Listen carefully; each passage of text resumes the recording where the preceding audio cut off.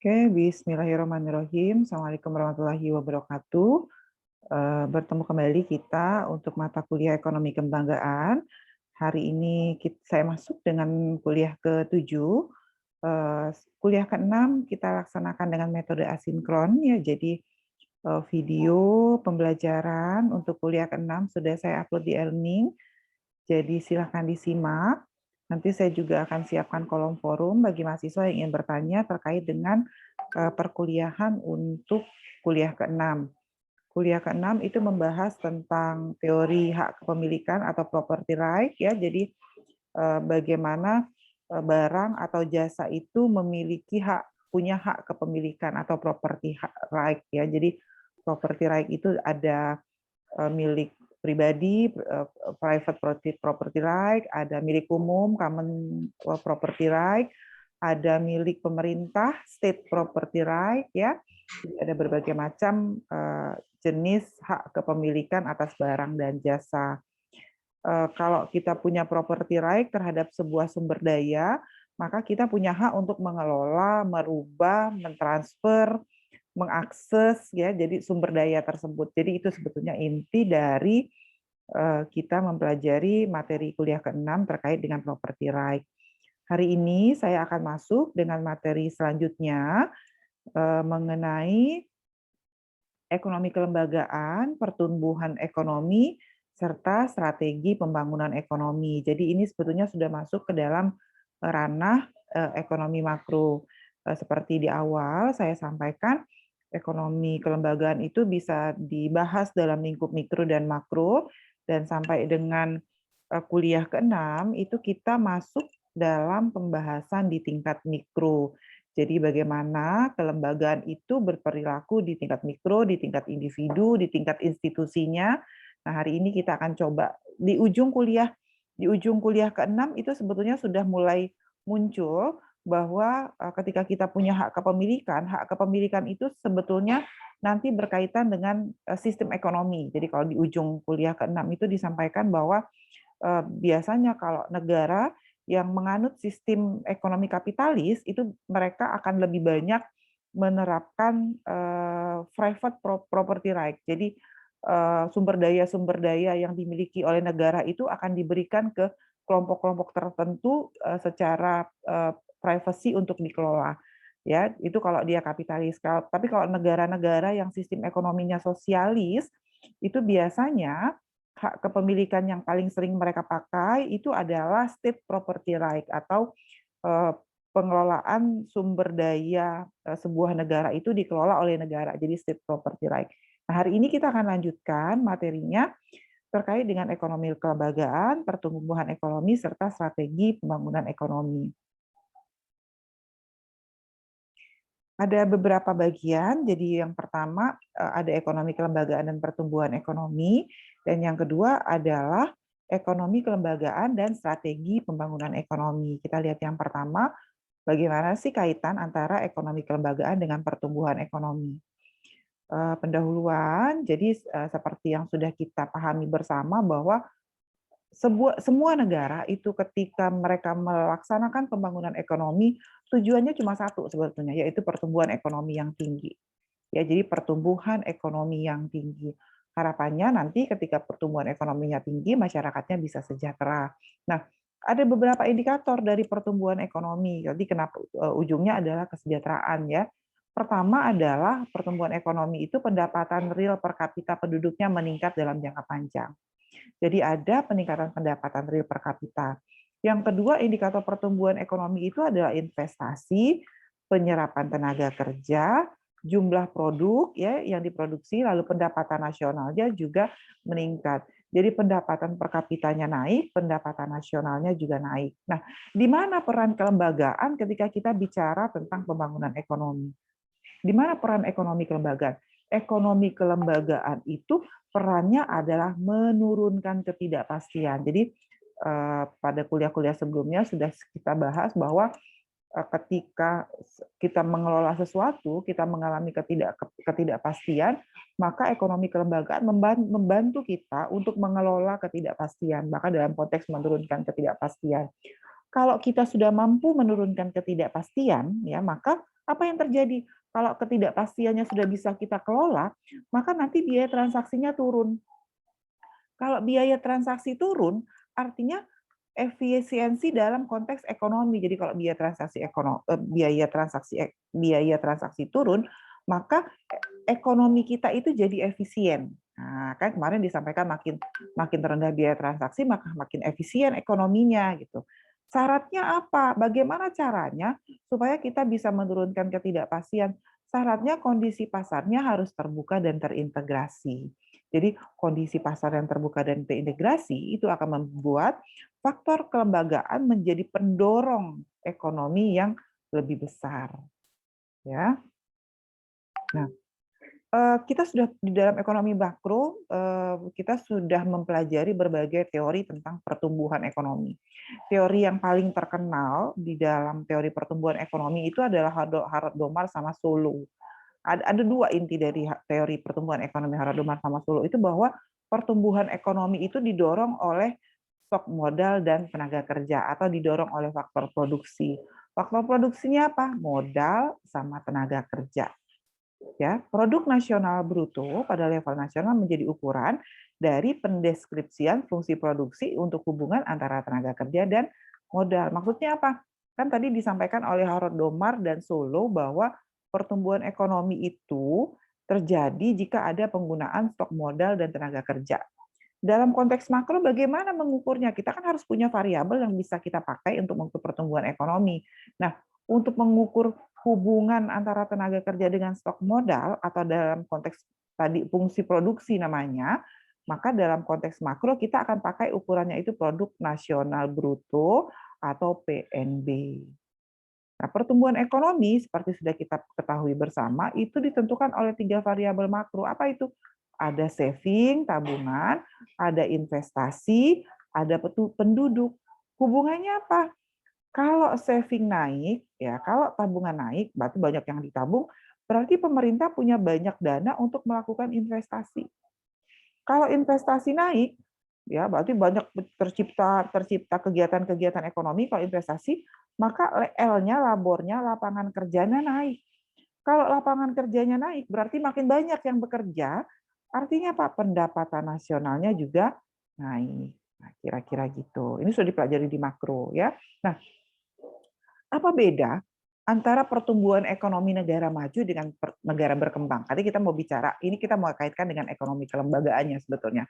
Kalau negara maju itu, output-nya itu, peningkatan output menjadi sumber pertumbuhan ekonomi. Jadi pertumbuhan ekonomi, dia betul-betul berbasis faktor produksi yang dua tadi, capital sama capital, jadi lupa nih, modal dan tenaga kerja, capital dan tenaga kerja. Jadi kalau di negara maju, dua sumber pertumbuhan ekonominya adalah capital K sama L. Ya, betul-betul ini aja kalau di negara maju. Tetapi negara berkembang gimana? Kalau di negara maju itu tidak ada gangguan terhadap saving, tidak ada persoalan dengan investasi, ya. Negara maju yang betul-betul steady state, ya, negara maju yang betul-betul tidak ada persoalan. Kalau Amerika Serikat sekarang kita sudah mengalami gangguan walaupun kita sebut sebagai negara maju. Kalau negara berkembang, persoalannya apa? Negara berkembang tidak bisa serta-merta melakukan produksi dengan menggunakan capital dan labor, dengan menggunakan capital dan tenaga kerja. Kenapa? Akibat adanya kelangkaan tabungan. Masyarakatnya pendapatannya rendah, jadi nggak bisa nabung. Kalau tabungannya rendah, maka investasinya juga rendah. Kalau investasinya lambat, ya, maka bagaimana caranya supaya mendorong investasi? Karena secara makro yang bisa menciptakan lapangan kerja itu adalah investasi.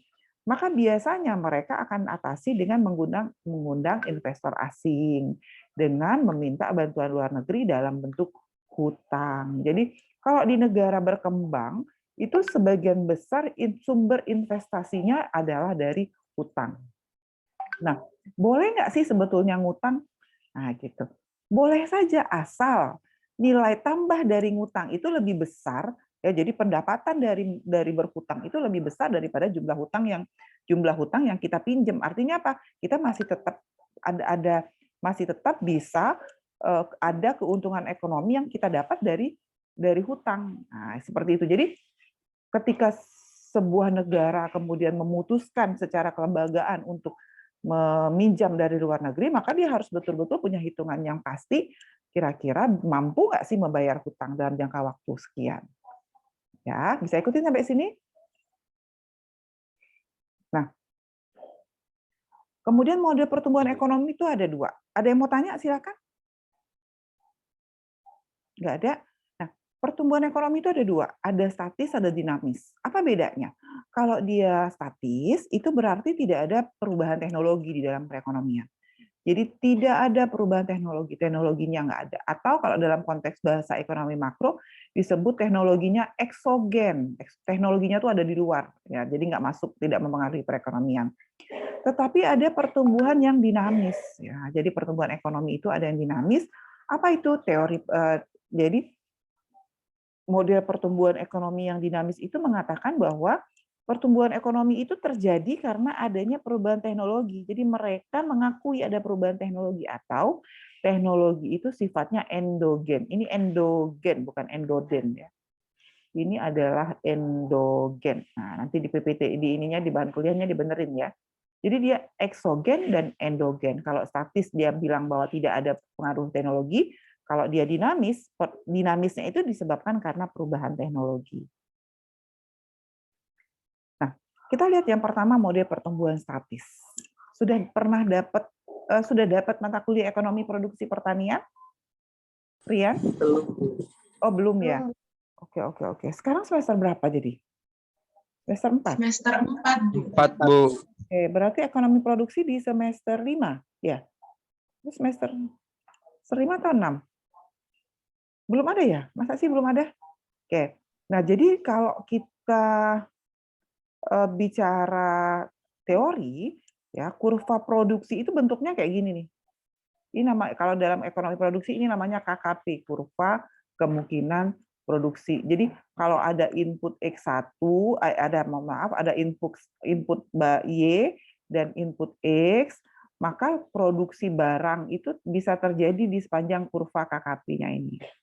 Nah, jadi yang optimal, jadi kalau kebalikan dengan kurva indifferent, rasanya kalau kurva KKP sudah dibahas mungkin di ekonomi mikro juga sudah dibahas ya kalau menurut saya.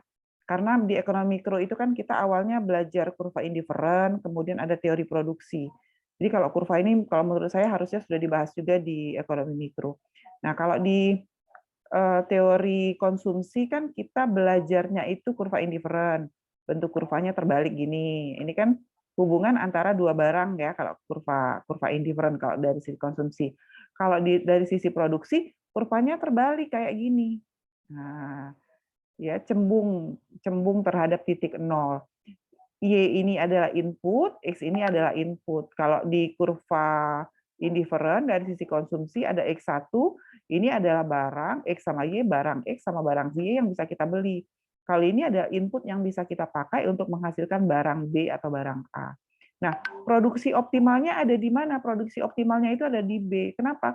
Karena kalau di B itu barang input X, ya, input X dan input Y-nya habis terpakai kalau di titik B. Jadi, tapi kalau perekonomian adanya di sini di titik A, makanya disebut sini perekonomiannya tidak efisien. Kenapa? Karena kalau dia di sini, nah ini kalau dia di titik A, berarti ada input Y dan input X yang nggak kepake. Jadi harusnya inputnya tuh bisa dipakai sampai sini, kalau di A tuh dia cuma pakainya sampai sini. Gitu. Nah, sama di sepanjang kurva ini tingkat produksi, di sepanjang kurva kemungkinan produksi ini jumlah produksinya sama. Jadi kalau saya tarik lagi di sini titik C, ya di sini titik C, misalnya di titik C ini kombinasi barang Y sama X-nya kan beda nih dengan titik B. Kalau di titik B misalnya kombinasinya Y1 sama X1. Ya. Tapi kalau di titik C kombinasinya Y-nya turun kan? Y-nya turun. Jadi Y0 misalnya. Sementara X-nya jadi naik. Jadi X2. Oke. Artinya apa? Kombinasi input yang dipakai itu berbeda. Tetapi jumlah barang yang dihasilkan B sama jumlah barang yang dihasilkan oleh C itu sama, jumlah barangnya sama, tapi kombinasi inputnya berbeda. Ya, tetapi kalau di titik A, jumlah barang yang dihasilkan itu jelas lebih rendah daripada di B atau di C. Jadi di sepanjang kurva kemungkinan produksi ini, jumlah barang yang dihasilkan sama. Yang membedakan itu adalah jumlah inputnya, komposisi inputnya. Kalau saya tarik di sini titik D, saya ganti dulu warnanya. Tuh. Kalau misalnya di sini saya tarik titik C, ya, maka justru jumlah inputnya beda lagi. Y-nya lebih banyak, X-nya lebih sedikit. Tetapi jumlah output, jumlah barang yang dihasilkan antara, mohon maaf ini D ya, berarti D, ini D, jumlah barang yang dihasilkan antara B, C, dan A itu jumlahnya sama. Yang membedakan hanya komposisi inputnya, komposisi bahan bakunya. Tadi bahan bakunya kan ada dua menurut Harold Domar itu kalau dalam kondisi dalam ekonomi makro itu fungsi faktor produksi itu ada dua, capital sama labor, kapital, modal atau dan tenaga kerja. Ya. Nah, kalau kita bicara ekonomi statis, maka biaya transaksi itu ada di mana? Ekonomi kelembagaan itu ada di mana? Gitu ya. Pada konsep ekonomi kelembagaan, investasi bukan merupakan faktor penentu pertumbuhan ekonomi. Jadi kalau di makro tadi kan saya katakan di depan bahwa kalau menurut ekonomi makro, investasi akan menentukan pertumbuhan ekonomi karena kalau investasi naik, maka labor-nya meningkat, yang bekerja naik, maka pendapatannya naik. Tetapi kalau dari sisi ekonomi kelembagaan, yang menentukan pertumbuhan ekonomi itu bukan investasi, tetapi kelembagaannya, situasi kelembagaannya. Jadi walaupun ada investasi, tetapi ketika kelembagaan investasinya tidak baik, itu tidak bisa mengakibatkan adanya pertumbuhan ekonomi. Jadi ekonomi kelembagaan mengatakan bahwa yang mendorong pertumbuhan ekonomi itu adalah kelembagaannya, bukan investasinya. Nah, jadi walaupun ada investasi, kelembagaannya nggak bagus, maka tidak bisa mendorong pertumbuhan ekonomi. Nah, kelembagaan yang seperti apa? Tadi kan ada investasi nih. Kita akui bahwa untuk bisa mendorong pertumbuhan ekonomi, menurut teori ekonomi makro harus ada investasi. Investasi itu ada dalam sebuah kelembagaan. Nah, kelembagaan seperti apa yang bisa mendorong pertumbuhan ekonomi? Yang biaya transaksinya rendah atau tinggi kira-kira Sisilia? Yang bisa mendorong pertumbuhan ekonomi itu adalah kelembagaan yang biaya transaksinya rendah atau tinggi, Sisilia Romatua, silakan. Yang biaya transaksinya rendah, Bu. Yang biaya transaksinya rendah. Di depan sudah disampaikan, terima kasih Sisilia, yang biaya transaksinya rendah itulah yang menyebabkan aktivitas ekonominya efisien. Ya, jadi kalau biaya transaksinya tinggi, itu aktivitas ekonomi tidak efisien. Maka ketika jadi kelembagaannya bagus, biaya transaksinya rendah, maka akan ada pasar yang terbentuk. Pasar, ketika ada pasar, nanti akan ada spesialisasi, ada pembagian kerja. Ketika muncul spesialisasi dan pembagian kerja, nanti akan muncul apa yang disebut dengan produktivitas. Itulah yang disebut dengan kinerja ekonomi yang mendorong pertumbuhan ekonomi. Nah, jadi tadi saya ulang, investasi itu tidak akan bisa mendorong pertumbuhan ekonomi kalau kelembagaannya tidak baik. Kelembagaan yang seperti apa? Kelembagaan yang biaya transaksinya rendah. Kelembagaan yang biaya transaksinya rendah akan mendorong penciptaan pasar. Penciptaan pasar itu akan mendorong adanya spesialisasi dan pembagian kerja. Kalau ada spesialisasi artinya kita tidak harus memproduksi semua barang ke dalam ekonomi gitu kan. Jadi kalau di dalam ekonomi itu kalau dalam prinsip perdagangan itu ada yang menghasilkan beras, ada yang menghasilkan pangan, ada yang menghasilkan non pangan, itu spesialisasi. Ada pembagian kerja, nggak semua. Jadi Indonesia tidak harus menghasilkan semuanya pangan gitu. Nah, sehingga nanti akan mendorong peningkatan produktivitas dan mendorong peningkatan kinerja ekonomi. Nah, sekarang kita lihat spesialisasi. Bagaimana agar ada spesialisasi? Spesialisasi itu dalam konteks ekonomi makro, di ekonomi makro sudah belajar ada spesialisasi di teori perdagangan. Spesialisasi itu muncul ketika sebuah negara mencoba fokus hanya pada produk yang dia punya, yang dia unggul. Jadi kalau kayak Indonesia itu kan kaya dengan sumber daya alam, maka fokuslah, spesialisasilah pada produk-produk yang kaya dengan sumber daya alam. Tapi spesialisasi itu nggak bisa tercipta. Nah, jadi lagi-lagi kelembagaan yang bermain. Spesialisasi itu nggak bisa tercipta kalau kelembagaannya tidak efisien. Indikator efisiennya apa? Kembalikan ke sini, indikator efisiennya adalah biaya transaksinya rendah, itulah sebagai penciri makin efisiennya kelembagaan ekonomi. Bagaimana caranya supaya efisien? Pertama, kita harus membuat regulasi yang menjamin kepastian pelaku ekonomi untuk melakukan transaksi. Jadi regulasinya harus jelas. Yang kedua, memperkuat sistem penegakan apabila terjadi masalah dalam proses transaksi. Ya, jadi inilah yang terjadi gitu. Nah, misalnya nih sekarang kita mengalami kelangkaan minyak goreng. Ya, itu persoalannya bukan karena minyak gorengnya tidak ada. Bukan karena CPO-nya tidak ada. CPO-nya ada. Indonesia negara terbesar penghasil CPO di dunia. Kebunnya paling luas ternyata. Ya. Kok kita bisa mengalami kelangkaan minyak goreng? Persoalannya apa? Persoalannya kelembagaan. Persoalannya apa? Biaya transaksi. Ada biaya transaksi di sana. Bahkan ya ada biaya transaksi di sana. Biaya transaksi macam-macam ya. Kemarin kita ada belajar ada free rider, orang yang mencoba untuk mengambil untung dari kejadian-kejadian ekonomi ya. Kemudian ada perilaku oportunistik, perilaku untuk terus mengambil keuntungan, untuk berbuat yang tidak baik, sehingga mengambil keuntungan dari sebuah peristiwa ekonomi yang terjadi. Jadi, membuat regulasi yang menjamin kepastian pelaku ekonomi melakukan transaksi. Kemudian kalau sudah ada regulasi, kita perkuat sistem penegakan regulasinya, supaya nanti ketika ada masalah, kembali ke dalam regulasi. Atau bahkan untuk kasus minyak goreng, bisa saja regulasinya yang salah.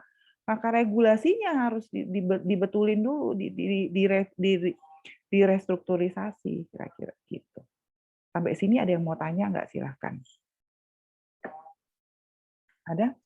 Ibu, izin bertanya, Bu. Silakan. Dodi. Silakan, Dodi. Jadi kan Bu, katanya tadi kalau misalkan ada suatu transaksi yang tinggi, maka tidak efisien. Yang tidak efisien itu adalah model atau desain dari kelembagaan itu. Nah, dengan contoh kasus yang telah ada di Indonesia saat ini, misalkan kelangkaan minyak goreng yang seperti kita bahas tadi, apakah yang salah itu dari regulasi atau memang perlu adanya perubahan desain dari kelembagaan? Gitu, Bu. Terima kasih. Oke. Regulasi itu masuk kelembagaan nggak kira-kira? Masuk ya. Jadi kita pahami dulu itu. Jadi ketika kita nanti melakukan perubahan regulasi, itu sebetulnya di dalamnya sudah mengandung makna perubahan desain kelembagaannya. Ya. Kenapa ada nggak yang bisa bantu jawab? Kenapa minyak gorengnya langka? Satu aja logika sederhana aja, logika pasar yang kita pakai.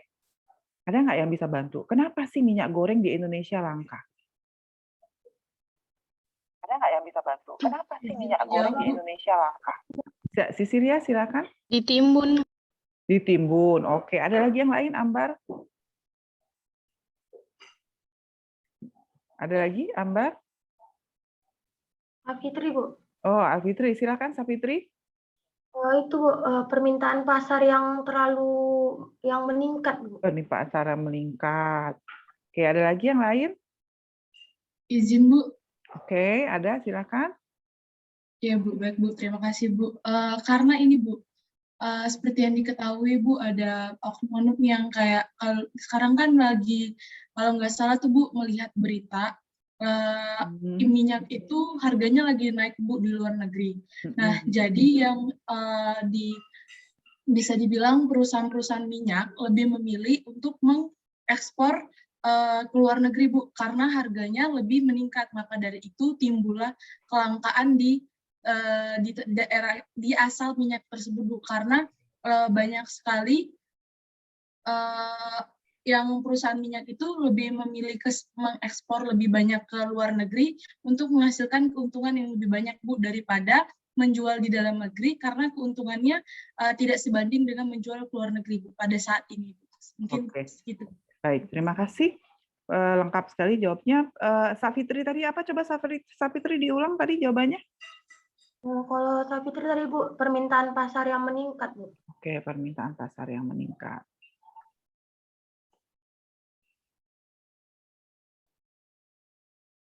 Oke, ya.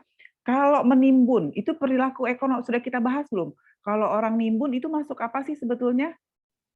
Masuk Moral hazard, Bu. Moral hazard atau apa kemarin kita bahas free rider, Perilaku ya. oportunistik, Bu. Perilaku oportunistik itu gangguan kelembagaan kan ya?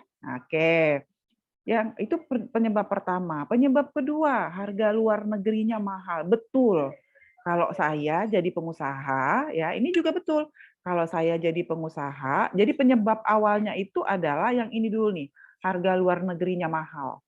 Karena harga luar negerinya mahal, kalau saya punya barang, saya jual di kampung saya cuma 100.000, cuma 10.000, saya jual di kampung sebelah 15.000, ya pasti saya pilih jualnya di kampung sebelah. Logika ilmiah kan? Pedagang kan pasti gitu mikirnya. Jadi pertama harga luar negeri mahal. Lalu kenapa akhirnya menimbun? Karena ada harapan bahwa harganya makin lama akan makin mahal. Paham nggak kira-kira? Sekarang sedang perubahan cuaca. Di banyak negara itu terjadi banyak pohon sawit yang tidak bisa berbuah. Sehingga nanti produksi CPO-nya turun. Jadi menimbun dengan harapan nanti akan dapat keuntungan dengan menimbun. Jadi yang kedua menimbun. Ketiga, betul nggak permintaan pasarnya meningkat? Betul juga. Pertama, kenapa? Karena saat ini di luar negeri sana orang sedang giat-giatnya mengkonversi CPO menjadi diesel, menjadi bahan baku biosolar.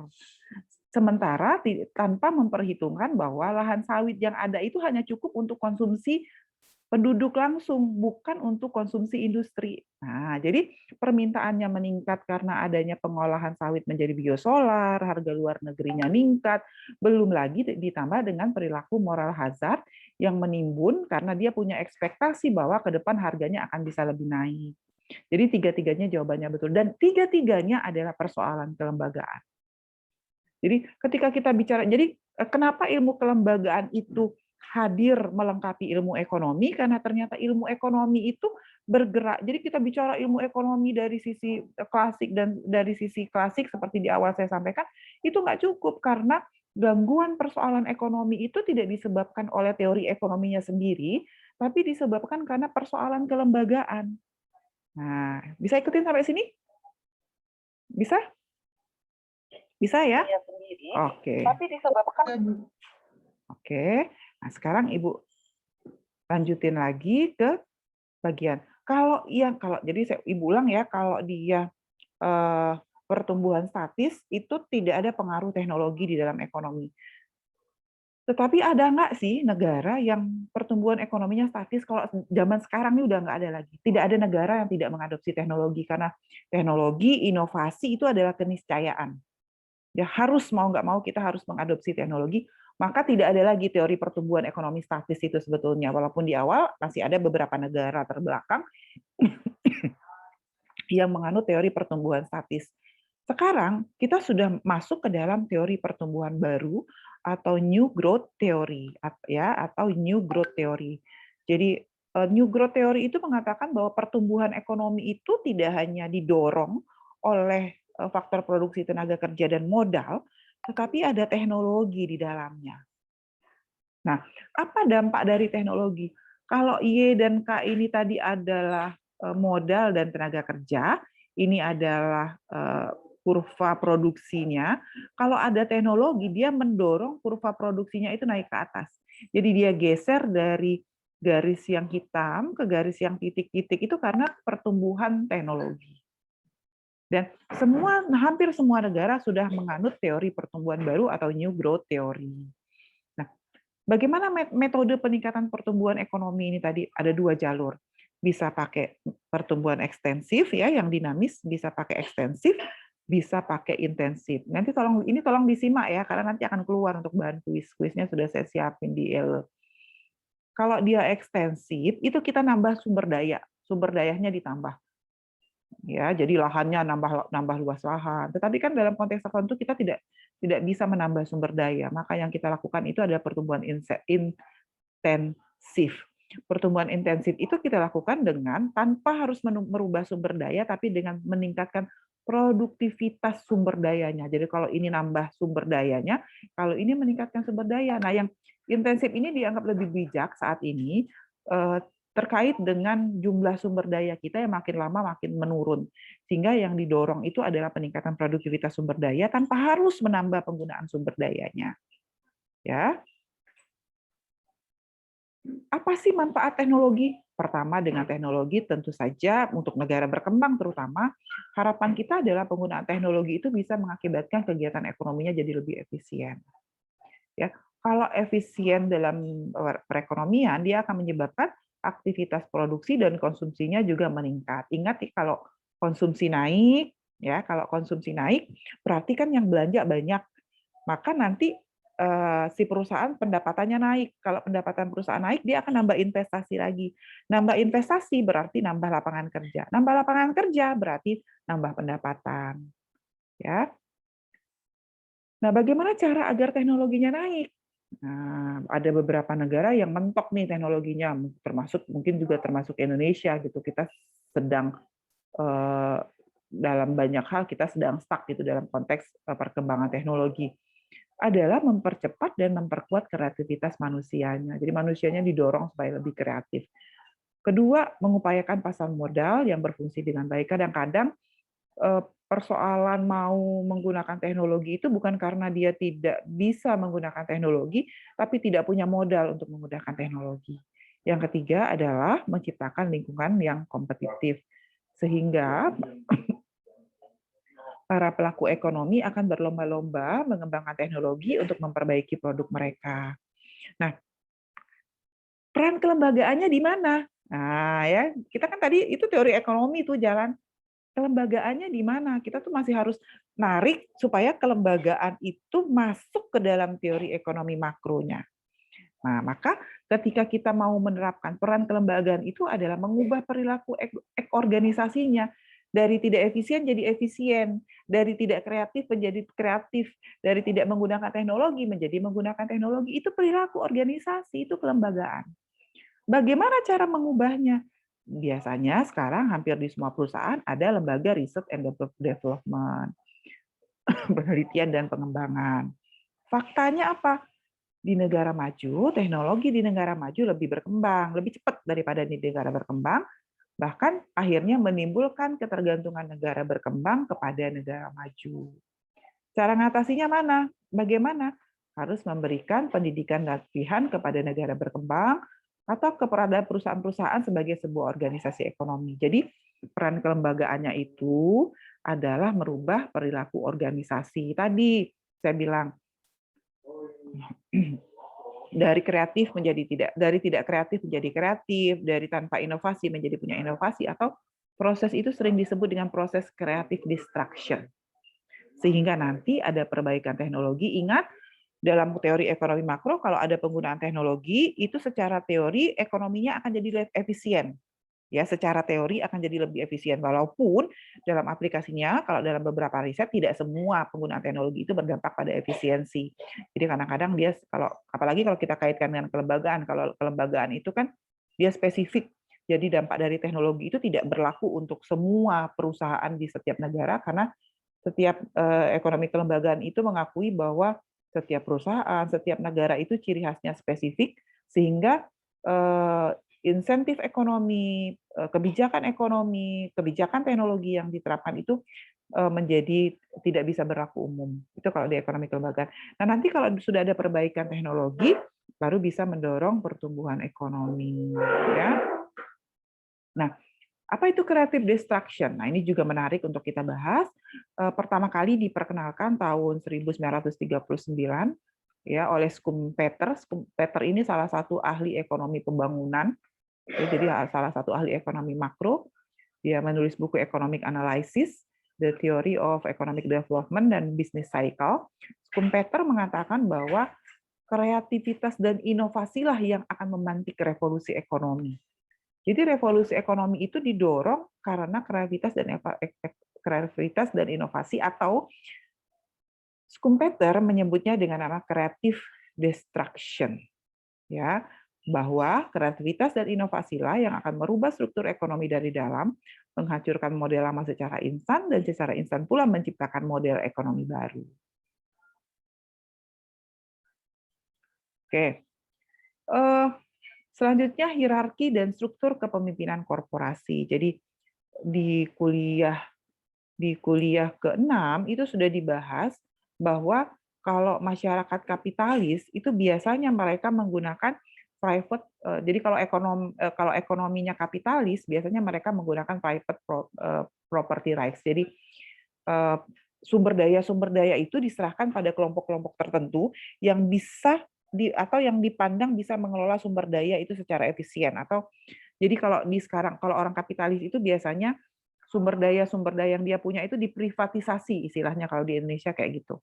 Nah, private sector sebagai pemilik sumber daya itu akan meningkatkan produktivitas melalui spesialisasi. Jadi private sector itu dia akan spesialisasi hanya pada produk tertentu. Nah, untuk memenuhi kebutuhan dia yang lain, maka dia perlu kerjasama. Jadi spesialisasi nanti memerlukan adanya kerjasama atau kooperatif. Kooperatif inilah dasar dari kata korporasi kalau Indonesianya.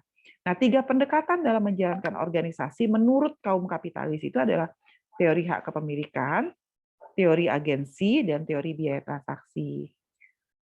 Perusahaan sebagai suatu kombinasi dari 3 elemen organisasi. Jadi nanti di pasar internal itu ada pertukaran. Elemen pertukaran ini merujuk pada motivasi pekerja, pada struktur insentif, ada mekanisme komando dari atasan ke bawahan, ada mekanisme kebiasaan, elemen kebiasaan atau tradisi, melihat perusahaan semacam suku kecil dengan peran sosial yang saling menutupi dan melekat dalam pembagian kerja. Budaya inilah yang kemudian dikenal dengan budaya korporasi.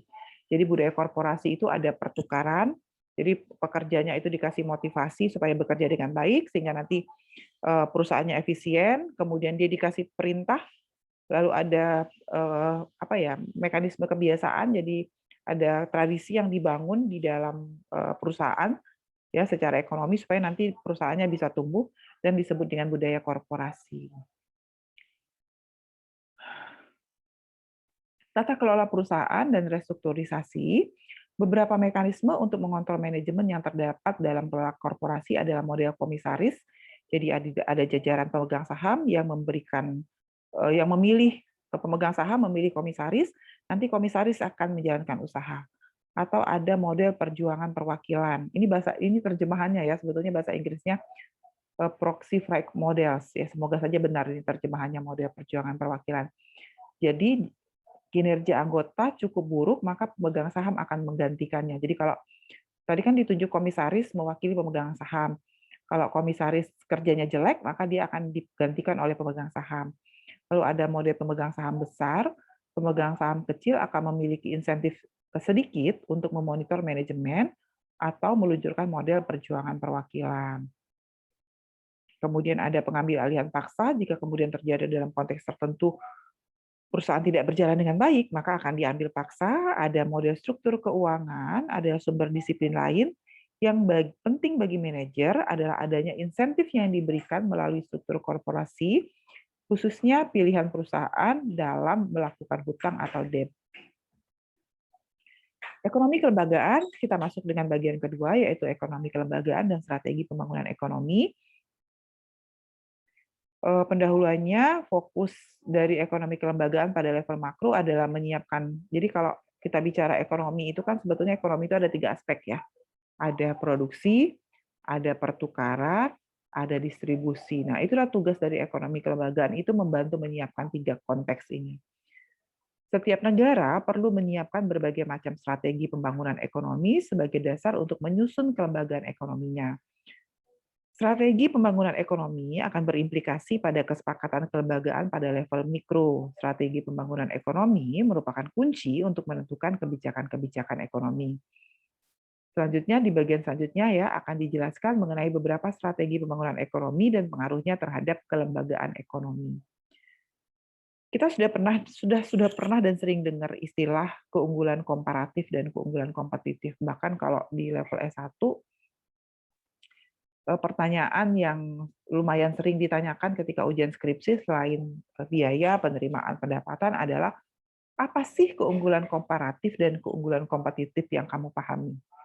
Nah, jadi kalau keunggulan komparatif itu, dia hanya bicara bagaimana negara itu bisa melakukan produksi dengan menggunakan sumber daya yang dia punya, dari sumber daya yang tersedia. Dia hanya menggunakan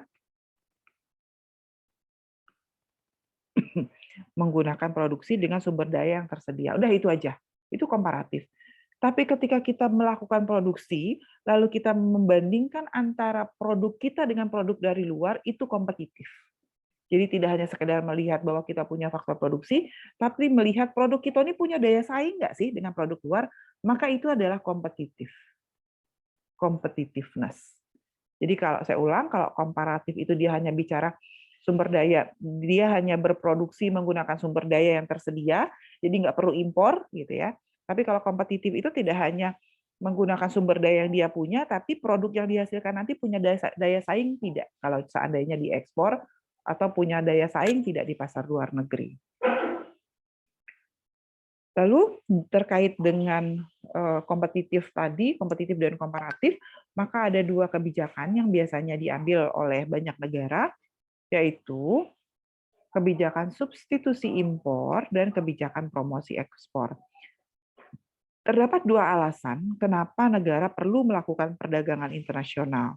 Ini sebetulnya sudah dibahas di mata kuliah ekonomi makro ya. Kenapa perlu perdagangan internasional? Ekspor negara berkembang itu kebanyakan berbentuk produk primer dan dengan ciri elastisitas permintaan rendah dan sering mengalami gejolak harga. Sebaliknya, dengan ciri elastisitas permintaan tinggi dengan harga yang selalu stabil. Nah, itu yang terjadi saat ini. Yang kita ekspor keluar itu adalah CPO, bukan minyak goreng. Sehingga ketika terjadi sesuatu, dia langsung mengalami gejolak harga. Nah, sekarang kita seharusnya sudah mulai khawatir dengan gandum, karena kita termasuk negara yang banyak mengimpor gandum. Dan negara pengimpor kedua gandum ke Indonesia, jadi negara yang paling banyak impor gandum kedua paling tinggi di Indonesia itu adalah Ukraina. Artinya apa? Kalau kita tidak hati-hati,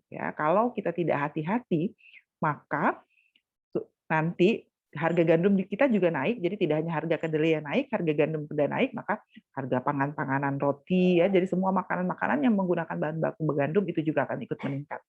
Karena saat ini Ukraina sedang dalam masa perang dan mereka adalah pengimpor, jadi negara yang memasok kedua tertinggi gandum itu ke Indonesia itu adalah Ukraina. Ya, jadi kita sudah minyak goreng yang sekarang sudah goyang itu minyak goreng, kedelai, sapi, dan saya memprediksi sebentar lagi akan gandum. Ya, nah kemudian ada juga mungkin sudah ada yang pernah lihat belum berapa lama sih kalau misalnya negara di dunia ini mengalami perang, misalnya termasuk kita nih mau nggak mau ikut masuk ke dalam ranah perang dunia ketiga dan ternyata kita dari sisi bahan pangan itu hanya bisa bertahan selama 21 hari. Dibandingkan dengan Amerika Serikat yang bisa bertahan sampai dengan 1000 sekian hari dari sisi ketersediaan pangan. Jadi ini luar biasa nih sebetulnya kondisinya. Jadi kita betul-betul harus hati-hati. Negara bisa maju akibat tingkat teknologi dan sumber daya manusia yang lebih baik sehingga bisa menghasilkan produk yang lebih efisien, kompetitif, dan relatif lebih mampu menembus pasar negara berkembang. Nah, ada dua kebijakan ekonomi yang bisa diambil tadi. Yang pertama adalah export promotion dan import substitution. Apa itu export promotion? Export promotion adalah suatu rangkaian kebijakan yang tidak hanya mendorong berlangsungnya perdagangan bebas, tapi juga memungkinkan pergerakan secara bebas atas faktor produksinya. Ya, jadi kalau dia ekspor itu tidak hanya perdagangan output-nya saja, tapi faktor produksinya juga bebas ke sana kemari. Kalau import substitution adalah satu kebijakan yang lebih menekankan pada usaha negara berkembang untuk menciptakan suatu pendekatan pembangunan yang mandiri, yang benar-benar sesuai dengan kebutuhan dan aspirasi pembangunannya, agar mereka lebih mampu mengendalikan ataupun menentukan nasib mereka sendiri. Import substitution, jadi barang-barang yang kita impor, misalnya gandum, misalnya kedelai, sapi, ya, itu kita siapkan, kita perkuat di dalam negeri. Supaya nanti barang-barang yang kita impor itu kita punya substitusinya. Kira-kira gitu. Di awal perkembangannya, biasanya negara berkembang akan mendahulukan substitusi impor, ya, baru nanti diikuti dengan promosi ekspor. Jadi substitusi impor dulu, kuatin dulu di dalam. Ini kebijakan ini yang paling berhasil menjalankan kebijakan substitusi impor dan promosi ekspor ini adalah Cina sebetulnya. Jadi mereka perkuat dulu di dalam, substitusi impor dulu, dikuatin, bikin segala macam, kemudian baru promosi ekspor. Tetapi dalam perkembangannya, pola tersebut tidak tunggal, bisa terjadi bersamaan tergantung pada jenis dan kapasitas sumber daya yang dimiliki. Peran ekonomi kelembagaan dalam substitusi impor adalah menyusun mekanisme pencapaian efisiensi kegiatan ekonomi, membuka pasar domestik, dan pemberian insentif bagi berlangsungnya inovasi. Sementara peran ekonomi kelembagaan dari kebijakan promosi ekspor (PE) ya adalah penciptaan lingkungan kelembagaan yang baik, ada jaminan terhadap hak kepemilikan sumber daya dan birokrasi yang efisien. Kemudian kita mungkin paling sering dengar juga sentralisasi dan desentralisasi. Desentralisasi adalah menyerahkan level layanan masyarakat ke tingkat wilayah yang lebih rendah. Jadi kalau kayak kita pemerintahan itu desentralisasi. Ya, jadi kalau pemerintahan itu desentralisasi. Jadi kalau desa bisa ngurus dirinya sendiri, tidak harus ke pusat kalau mau apa-apa. Kalau sentralisasi itu justru pengaturan semua kegiatannya itu ditentukan oleh pusat, oleh pemerintah pusat. Nah, ya. Biasanya kalau sentralisasi itu dianut oleh negara-negara sosialis, sementara kalau desentralisasi itu dianut oleh negara-negara kapitalis. Oke, ada lagi istilah statisasi dan privatisasi. Privatisasi itu berarti kita ngasihkan sumber daya, ya, memberikan sumber daya itu kepada unit-unit usaha, kelompok-kelompok usaha. Jadi sumber daya alam yang dimiliki oleh negara diserahkan pada kelompok usaha tertentu untuk dikelola. Jadi kalau privatisasi itu biasanya dianut oleh negara-negara kapitalis. Jadi sumber dayanya itu diserahkan pada kelompok-kelompok tertentu. Tapi kalau negara-negara sosialis itu biasanya mereka menerapkan statisasi. Jadi semua sumber daya itu dikelola oleh negara supaya nanti dia bisa merata. Tetapi dalam konteksnya ada juga ekonomi campuran gitu, di mana kita tidak sepenuhnya menyerahkan pengelolaan sumber daya ke swasta, tetapi juga ada yang distatisasi dan ada yang diprivatisasi. Ya. Ini pemerintah atau state center. Demikian materi kuliah saya hari ini. Silakan jika ada yang ingin ditanyakan terkait materi perkuliahan. Silakan. Ada yang ingin ditanya, Ambar? Silakan. Ambar, ada yang mau ditanyakan, Ambar? Belum, Bu. Belum. Ayo yang lain ada yang mau tanya? Cindy? Cindy mau tanya? Izin tanya, Bu. Oke, silakan. Tadi kan, Bu, ada pengaruh teknologi terhadap pertumbuhan ekonomi ya, Bu. Nah, banyak sekali manfaat dari adanya teknologi. Negara Indonesia kan, Bu, negara berkembang, tapi dilihat secara kenyataannya gitu kan, Bu, negara Indonesia itu sebetulnya tidak terlalu tidak miskin, tidak kekurangan sumber daya alam, banyak sekali sumber daya yang ada. Nah, menurut Ibu sendiri, apakah memang adanya petinggi-petinggi negara yang memiliki moral hazard sehingga teknologi-teknologi tersebut tidak diciptakan di negara Indonesia? Nah, menurut Ibu sendiri, ketika pejabat-pejabat tersebut menjabat tidak dalam waktu yang bentar gitu ya, Bu, waktu yang lama, otomatis kan dia berkuasa kan, Bu, di negara Indonesia. Otomatis ketika mungkin adanya pergantian pejabat tersebut atau adanya pejabat baru, apakah kemungkinan besar juga, Bu, budaya-budaya jelek tersebut atau moral hazard tersebut akan diturunkan ke generasi berikutnya? Terus menurut Ibu sendiri, apa solusi yang tepat untuk memberantas budaya yang tidak baik tersebut? Untuk pertanyaan yang kedua adalah terkait spesialisasi, Bu. Nah, untuk spesialisasi kan tadi misalnya negara Indonesia memfokuskan di komoditi pertanian misalnya Bu, untuk ini apa ke luar negeri misalnya untuk ekspor tadi. Nah, itu kan membutuhkan korporasi atau suatu kerjasama. Nah, menurut Ibu sendiri dengan adanya korporasi misal dengan negara lain yang mungkin bisa mensuplai apa yang menjadi kekurangan negara kita. Nah, apakah itu tidak menyebabkan ketergantungan, Bu? Karena menurut Rian sendiri itu kan menyebabkan ketergantungan. Nah, bagaimana agar korporasi tersebut tidak menyebabkan ketergantungan terhadap negara kita ketika kita kekurangan sumber daya tersebut? Sekian, terima kasih. Baik. Pertanyaan pertama cukup berat buat Ibu, gitu ya. Jadi artinya sebetulnya tanpa Rian kemukakan pertanyaan itu, saya yakin semua yang ada di kelas ini bisa menjawab. Bisa nggak kira-kira menjawab pertanyaan Rian yang pertama? Ya, kita mengakui berbagai persoalan yang dihadapi dalam perekonomian kita, gitu ya. Tapi juga kita harus mengakui di samping berbagai persoalan juga ada banyak prestasi yang diciptakan. Itu tetap harus kita akui, ya. Jadi terkait dengan kekurangan, terkait dengan moral hazard, terkait dengan free rider, rent seeking, itu sebetulnya dalam ekonomi di mana-mana ada. Persoalannya adalah bagaimana, ini kan biaya transaksi semua tuh, bagaimana caranya supaya biaya transaksinya rendah, supaya dia turun. Cara paling mudah adalah dengan menetapkan regulasi. Ya, kalau sudah ada regulasi, maka kita harus memantau supaya nanti ada penegakan terhadap regulasi. Tadi ada 2 kan di depan disampaikan. Hanya itu sebetulnya. Gitu. Tapi tinggal kembali kepada pengelola, kepada orang-orang yang bekerja atau terlibat dalam kegiatan itu, bagaimana supaya dalam tanda kutip moral hazardnya bisa diperbaiki. Makanya di awal itu perlu revolusi mental tadi kan ya. Jadi ya gitu tadi harapan saya sebetulnya ke depan peristiwa free rider, perilaku oportunistik, rent seeking, itu makin lama makin turun sehingga kita betul-betul bisa mencapai kondisi ekonomi yang efisien dalam mengelola kegiatan apapun. Ya, itu yang pertama. Yang kedua, spesialisasi betul. Di dalam teori ekonomi makro, waktu kita belajar di semester 2, itu sudah jelas disampaikan. Spesialisasi yang berlebihan itu bisa menyebabkan terjadinya penjajahan. Kembali lagi kemana? Kembali lagi ke ekonomi kelembagaan. Maka pada saat kita membuat kesepakatan korporasi, harus ada regulasi yang jelas, dan regulasinya harus ditaati. Kalau ada regulasi tidak ditaati juga percuma. Artinya apa?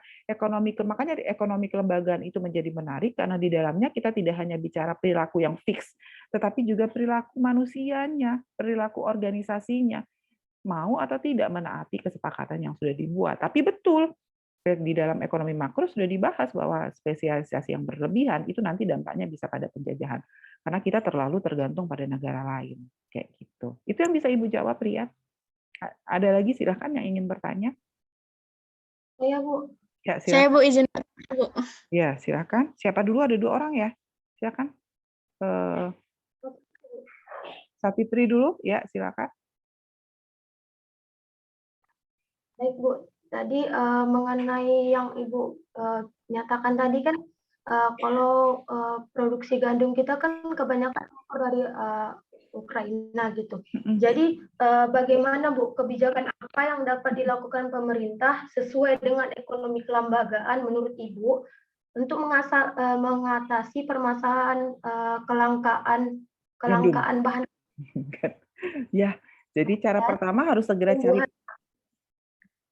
Oke, kalau pertumbuhan Sapitri, yang sesuai. Oke, Sapitri suara Sapitri terputus-putus. Nggak tahu kalau di tempat yang lain. Kalau di tempat saya putus-putus, tapi saya bisa tangkap ya cara, karena kalau gandum itu kan beda dengan sawit ya. Kalau sawit itu sebetulnya kita punya bahan bakunya banyak, sehingga cara kebijakan jangka pendek yang bisa dilakukan sebetulnya adalah batasi ekspor kalau kelapa sawit. Tapi kalau gandum itu kita betul-betul nggak punya. Kalau gandum itu kita betul-betul tidak punya, maka salah satunya cara paling cepat dalam jangka pendek yang harus kita lakukan adalah mencari pasar pengganti. Jadi harus segera melakukan negosiasi dengan negara lain yang juga memproduksi gandum untuk mencari pasar pengganti. Dalam negeri juga harus mendorong untuk penurunan konsumsi gandum. Jadi kita harus mulai mengurangi konsumsi gandum supaya nanti tidak terjadi kelangkaan gandum di dalam negeri. Dan satu lagi yang perlu, yang kadang-kadang masyarakat itu kan karena di depan itu ada perilaku rasionalnya itu ya. Jadi jangan panik buying, nggak perlu panik buying gitu. Jadi tetap biasa saja gitu. Jadi jangan panik, jangan sampai harus menumpuk gandum atau menumpuk roti banyak-banyak di rumah gitu kan ya, sehingga nanti yang lain jadi tidak dapat. Mungkin itu dari saya. Kak Fitri, semoga. Maaf, kalau kameranya dimatiin karena sinyalnya jelek. Silakan. Ini kan mengenai minyak, Bu. Tadi kan ada pertumbuhan ekstensif dan intensif. Jadi Indonesia kan lahan sawitnya itu banyak, Bu. Jadi menurut Ibu, pertumbuhan apa yang sesuai yang dapat dilakukan gitu ya? Pertumbuhan ekstensif atau intensif untuk permasalahan minyak goreng tersebut, Bu? Oke. Kalau kita untuk minyak goreng, kalau untuk Indonesia gitu ya, saya sebetulnya tidak menyarankan untuk pertumbuhan ekstensif, karena kalau tadi kan disampaikan pertumbuhan ekstensif itu adalah berarti kita nambah sumber daya. Artinya kalau kita mau nambah produksi minyak goreng, kita harus buka lahan baru. Ya, kita harus buka lahan baru dan kapasitas lahan kita sudah makin terbatas.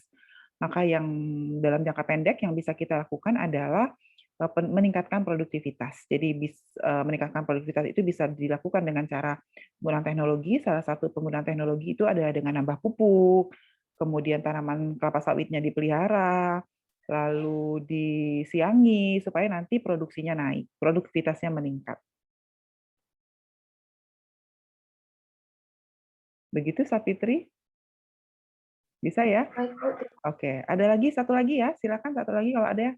Ambar, silakan Ambar. Iya, Ambar, silakan. Baik, sebelumnya saya Ambar Murtia dari kelas Alayo, izin bertanya Bu, mengenai tadi yang sudah Ibu jelaskan bahwa dengan adanya peningkatan teknologi, maka efisiensi perekonomian kan akan meningkat.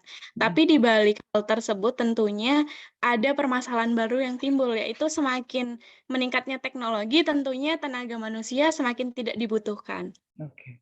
Sehingga timbul permasalahan baru tentang tenaga kerja di Indonesia. Nah, sedangkan kita di era yang sekarang ini, apa yang perlu kita persiapkan, Bu, untuk menyikapi hal tersebut, yang di kemudian hari nantinya tentunya kita juga akan semakin sulit untuk mencari pekerjaan. Baik, terima kasih, bagus pertanyaannya, ini bagus-bagus semua pertanyaannya.